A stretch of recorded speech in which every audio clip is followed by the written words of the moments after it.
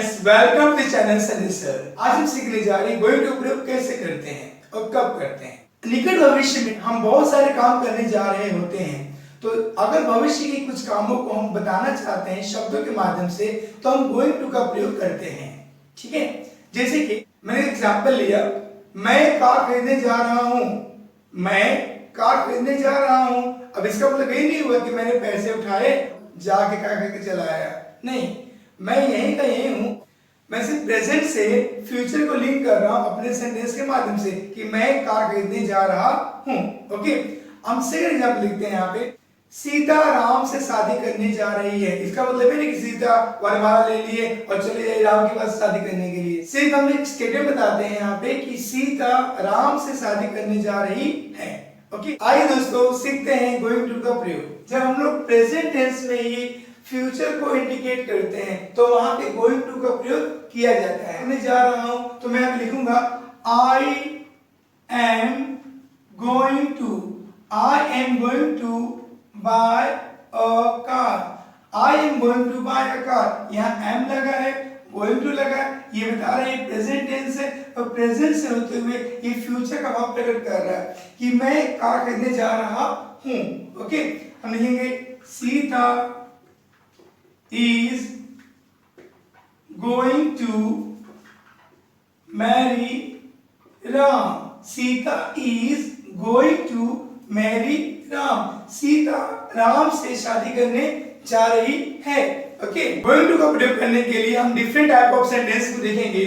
अगर मान लीजिए ऑफर्मेटिव सेंस में दिया हुआ गोइंग टू प्रयोग करने के लिए, तो रूल्स कुछ ऐसा होगा, सब्जेक्ट लिखेंगे प्लस हेल्पिंग वर्ब लिखेंगे, इज, एम या आर, प्लस गोइंग टू लिख के वर्ब का फर्स्ट फॉर्म लिखेंगे प्लस ऑब्जेक्ट लिखेंगे। ये हमारा रूल बन जाएगा ऑफर्मेटिव सेंस में। अब देखते हैं नेगेटिव के लिए, तो नेगेटिव रूल बनता है सब्जेक्ट प्लस इज, एम या आर, उसके साथ लगेगा यहाँ पे नेगेटिव फॉर्म में not, plus going to plus verb का फर्स्ट फॉर्म प्लस ऑब्जेक्ट। यदि हमें बनाना है वर्बल क्वेश्चन या यस और नो क्वेश्चन, तो हमें क्या करना होगा, इज, एम या आर को पहले लिखेंगे plus subject plus going to plus verb का first form plus object plus question mark लिखेंगे। इसी प्रकार से अगर मुझे WH टाइप क्वेश्चन बनाना है तो रूल बनेगा हमारा, पहले लिखेंगे हम लोग WH वर्ड।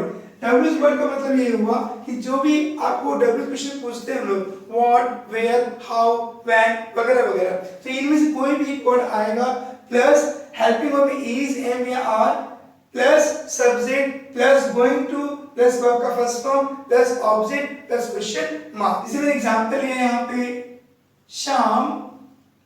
शाम एक सिंगुलर सब्जेक्ट है, तो यहाँ लिखेंगे हम लोग यहाँ पे हेल्पिंग वर्ब इज, शाम इज गोइंग टू, शाम इज गोइंग टू। अब गोइंग टू लिखने के बाद में यहाँ वर्ब का फर्स्ट फॉर्म आएगा, जो भी हम वर्ब लेते हैं। शाम इज गोइंग टू डू मतलब करना, Sham is going to do is homework, Sham अपना होमवर्क करने जा रहा है। आगे देखते हैं नेगेटिव सेंस के लिए एक हमने रूल बनाया था, subject plus helping verb plus not, या नॉट आएगा फिर गोइंग टू प्लस वर्ब का फर्स्ट फॉर्म प्लस ऑब्जेक्ट। हम एग्जांपल लेते हैं, यू आर आएगा, तो यू आर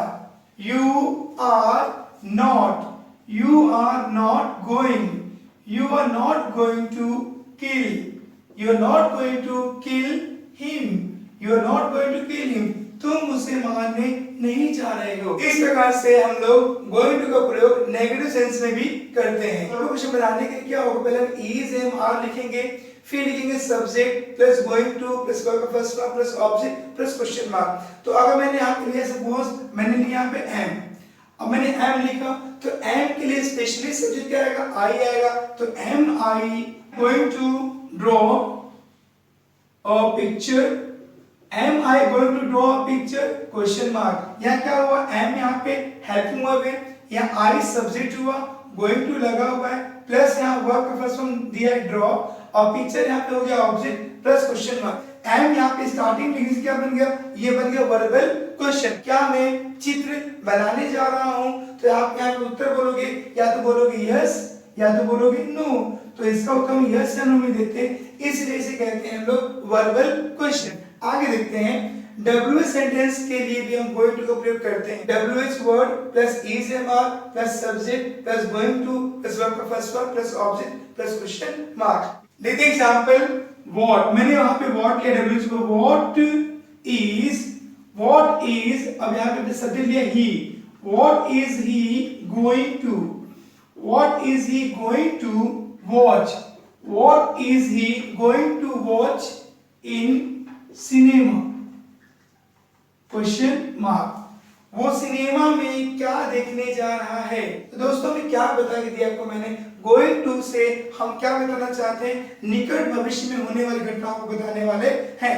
जैसे कि हमने यहाँ पे देखा कि उसका अफर्मेटिव, नेगेटिव, वर्बल क्वेश्चन और डब्ल्यू क्वेश्चन में भी इसका प्रयोग हम कर सकते हैं। हमने गोइंग टू का प्रयोग हमने देखा तरह तरह के सेंटेंस में किस प्रकार से करते हैं, बट आपके एग्जाम्स में कुछ इस प्रकार से आता है जैसे कि सेंटेंस में आपको विल या शैल लिख के दिया होगा, सेंटेंस में पहले से ही विल या शैल लिख के दिया होगा तो आपको विल या शैल को वहां से हटाना होगा और उसके प्लेस पे कर्ता के अनुसार को इज, एम या आर रखना होगा, साथ में गोइंग टू का प्रयोग करना होगा। जैसे कि एग्जांपल लेते हैं हम लोग, ऑल ऑफ अस हम में से सभी, ये सब्जेक्ट हुआ, ये सब्जेक्ट हुआ, विल यहाँ पे हेल्पिंग वर्ब है, लीव यहाँ पे वर्ब है और द स्कूल यहाँ पे ऑब्जेक्ट है। तो हमें बताया हमें करना क्या होगा, हमें सब्जेक्ट को जो तो लिखना होगा तो लिखेंगे ऑल ऑफ अस, लिख दिया। अब विल को हमें हटाना है, विल की जगह आएगा इज, एम, आर कर्ता के अनुसार। अब ऑल ऑफ अस यहाँ पे प्लूरल इंडिकेट कर रहा है तो हम यहाँ पे लगाएंगे आर, तो all of us are going to, तो लिखेंगे are going to leave the school. इस प्रकार से आपके एग्जाम्स में सेंटेंस देगा, सेंटेंस में देगा आपको ये सेंटेंस देगा तो आपको यहाँ से आर गोइंग टू को हटा के विल लिखना होगा। अगर सेंटेंस से पहले से विल लगा है और आपसे बोला है कि गोइंग टू का प्रयोग करो तो विल को हटा के आपको यहाँ पे आर गोइंग टू का प्रयोग करना होगा। देखते हैं नेक्स्ट एग्जांपल, हमने नेक्स्ट एग्जांपल लिखा पे आई यहाँ पे सब्जेक्ट है, विल लगा हुआ है, हेल्पिंग वर्ब है, वॉच वर्ब का फर्स्ट फॉर्म है, क्रिकेट यहाँ पे ऑब्जेक्ट है और विद ग्रेट इंटरेस्ट ऐसे आपको एक्स्ट्रा दिया हुआ है। गोइंग टू का प्रयोग करने के लिए हम विल को हटाएंगे तो लिखेंगे आई। अब आई यहाँ पे सब्जेक्ट है तो आई के लिए आएगा यहाँ पे इज, एम, आर में से एम, तो आई एम लिखते ही हम लिखेंगे going to, I am going to watch, यहाँ से विल हट जाएगा, I am going to watch cricket, I am going to watch cricket with great interest। ठीक है, इस प्रकार से आपको सेंटेंस पूछेगा एग्जाम्स में।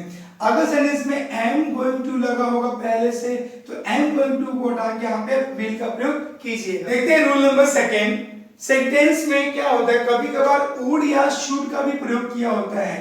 सेंटेंस में would या should का या फिर सिंपल पास्ट में वर्ब दिया होगा तो वहां भी आपसे पूछ सकता है कि गोइंग टू का प्रयोग करो। ऐसे सेंटेंस में क्या होगा, आपको वुड या शुड को या सिंपल पास्ट के वर्ब को हटाना होगा, उसके प्लेस पे कर्ता के अनुसार आप वाज या वेयर लगा के गोइंग टू का प्रयोग करना होगा। ऐसा सेंटेंस भी एग्जाम में पूछ सकता है। जैसे मैंने एग्जांपल लिया, Samuel would introduce Gandhi ji to the king. अब सैमुअल यहाँ पे सब्जेक्ट है, वुड यहाँ पे हेल्पिंग वर्ब है, इंट्रोड्यूस वर्ब का फर्स्ट फॉर्म है, गांधी जी यहाँ पे ऑब्जेक्ट है और ये एक्स्ट्रा है। ठीक है, तो हमें क्या करना होगा, सीधा यहाँ पे वुड को हटाइए, यहाँ लिख दीजिए सैमुअल, यहाँ पे सिंगुलर फॉर्म में है तो यहाँ पे आएगा वाज, सैमुअल वाज